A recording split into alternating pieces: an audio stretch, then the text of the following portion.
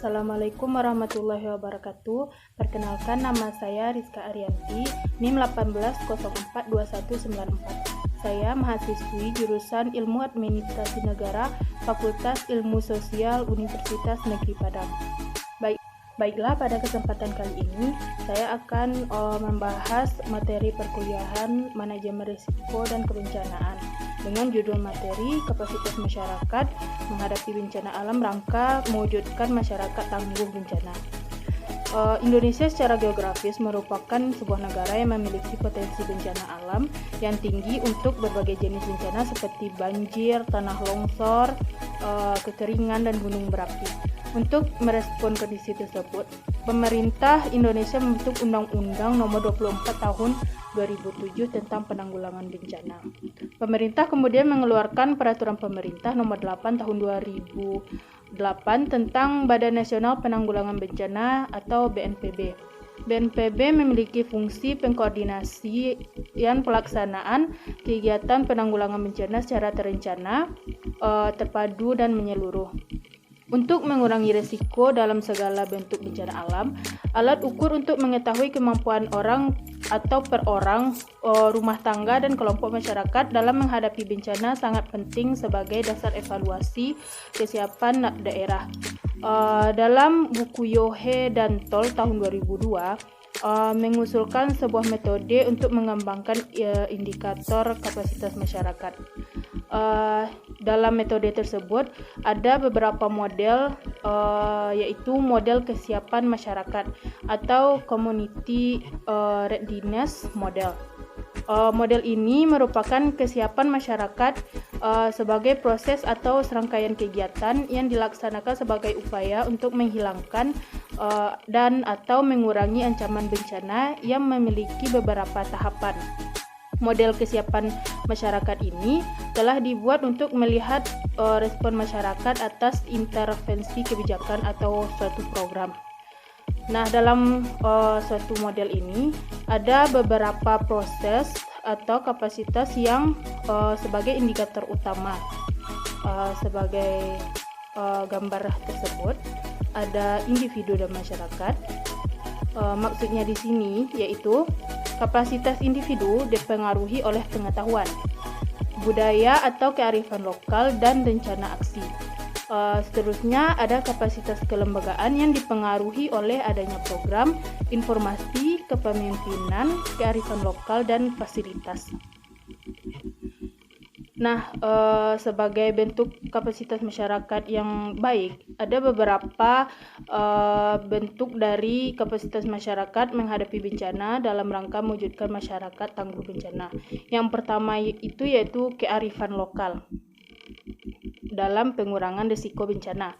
Yang kedua yaitu pemanfaatan modal sosial dalam rehabilitas pasca bencana.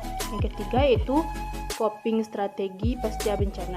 Yang keempat, pengembangan kapasitas individu dan kolektif dalam masyarakat tangguh bencana.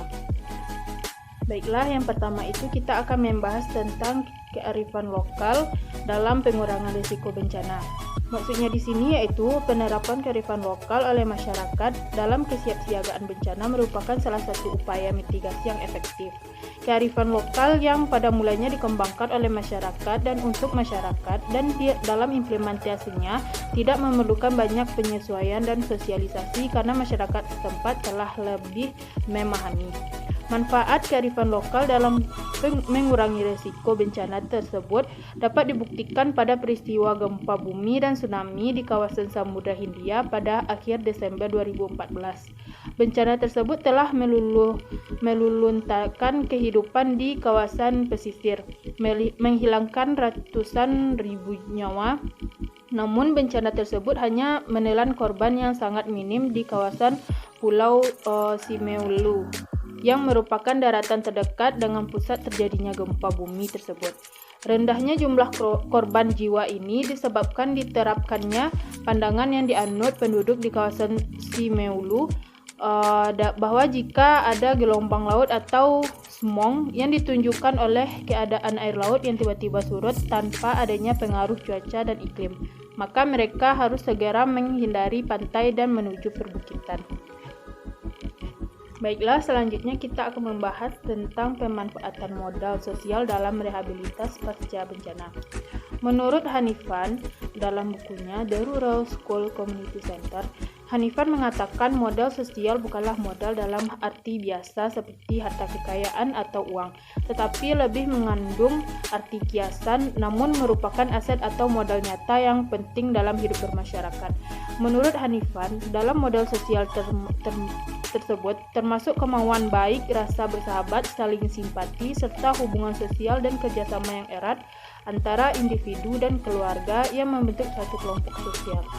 Adanya modal sosial ini dapat memberikan manfaat ataupun suatu keuntungan dalam hal pemulihan setelah bencana terjadi atau pasca bencana.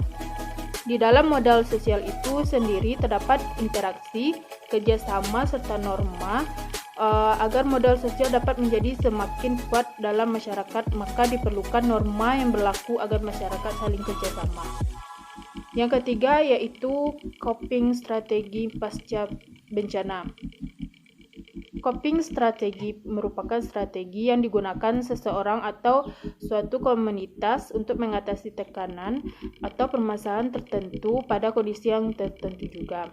Coping strategis merupakan upaya-upaya yang dilakukan oleh korban bencana yang selamat untuk melewati kondisi darurat pada saat dan setelah terjadi bencana dan untuk mengatasi masalah dan tekanan yang timbul agar dapat melanjutkan kehidupannya. Agar dapat bertahan, mereka harus memenuhi kebutuhan dasarnya, terutama makanan pokok dan air minum atau kebutuhan pangan lainnya. Pertolongan dan pelayanan kesehatan juga merupakan kebutuhan pokok dan tempat untuk berteduh atau mengungsi. Setiap orang pada dasarnya mempunyai hak atas pangan tersebut. Nah baiklah, sekarang kita akan membahas tentang pengembangan kapasitas individu dan kolektif dalam masyarakat tangguh bencana. Kapasitas mengacu pada sebuah kekuatan atribut dan sumber daya yang tersedia dalam komunitas, organisasi, atau masyarakat untuk mengelola dan mengurangi resiko bencana dan memperkuat ketahanan. Konsep kapasitas di sini adalah pengetahuan, sikap, dan adaptasi yang dimiliki oleh seseorang atau kelompok yang memungkinkan mereka untuk mempertahankan dan mempersiapkan diri, mencegah, menanggulangi dampak buruk, atau memulihkan diri dari bencana. Tujuan dari pengembangan kapasitas ini yaitu memberikan gambaran bahwa pengembangan potensi sumber daya manusia mutlak diperlukan bagi setiap individu dalam organisasi supaya individu-individu memiliki kemampuan kolektif yang berkembang untuk menciptakan kinerja lebih baik. Nah, di sini ada 4 keberlanjutan dari kapasitas masyarakat dalam penanggulangan bencana. Yang pertama yaitu perencanaan PB dan perencanaan kontingensi desa. Maksudnya di sini yaitu kegiatan ini bertujuan untuk membantu penyusunan dokumen rencana penanggulangan bencana dalam desa agar dapat diintegrasikan dengan rencana pembangunan desa.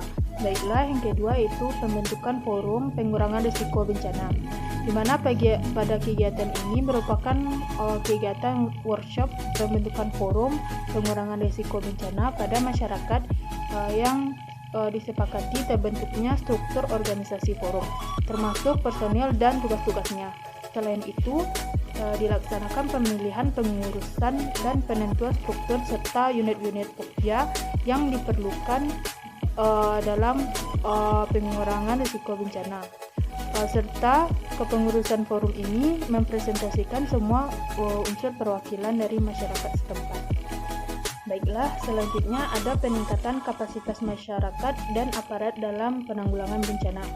Beberapa upaya dilakukan untuk meningkatkan kapasitas masyarakat dan aparat dalam penanggulangan bencana. Sosialisasi program perlu dikembangkan untuk dalam pengembangan bencana bersama masyarakat dan tokoh masyarakat dilakukan untuk memberikan gambaran tentang pelaksanaan program bencana serta memperoleh masukan dan saran guna menyusun strategi pelaksanaan program bencana. Selain itu, masyarakat juga diberikan pelatihan partisipasi action research untuk mengenal kearifan lokal pengurangan risiko bencana. Pelatihan dasar pengembangan program bencana juga diberikan kepada masyarakat dan aparatur untuk memberikan pengetahuan tentang pengembangan program bencana serta strategi yang dilakukan. Pelatihan konsep dasar manajemen bencana juga diberikan kepada masyarakat dan aparatur untuk memberikan pemahaman kepada masyarakat tentang konsep manajemen bencana. Perubahan paradigma kebencanaan serta program-program penanggulangan bencana. Pelatihan ini juga bertujuan untuk menyamakan persepsi masyarakat tentang konsep dan istilah yang digunakan untuk manajemen bencana. Selanjutnya, yang terakhir, rencana tindak lanjut. Berdasarkan roadmap kegiatan yang telah disusun, direncanakan dalam kegiatan yang akan dilaksanakan, ada peningkatan kapasitas warga dan aparat dalam penanggulangan bencana, termasuk kepada pengintegrasian PRB ke dalam rencana pembangunan desa dan legislasi dan pelaksanaan PRB di desa. Selain kegiatan-kegiatan tersebut, ada juga pelaksanaan beberapa pelatihan untuk meningkatkan kapasitas masyarakat dalam menanggapi bencana alam. Baiklah, sekian dari permateri saya pada saat sekarang ini. Jika ada salah kata-kata, saya mohon maaf. Saya sudahi dengan Assalamualaikum warahmatullahi wabarakatuh.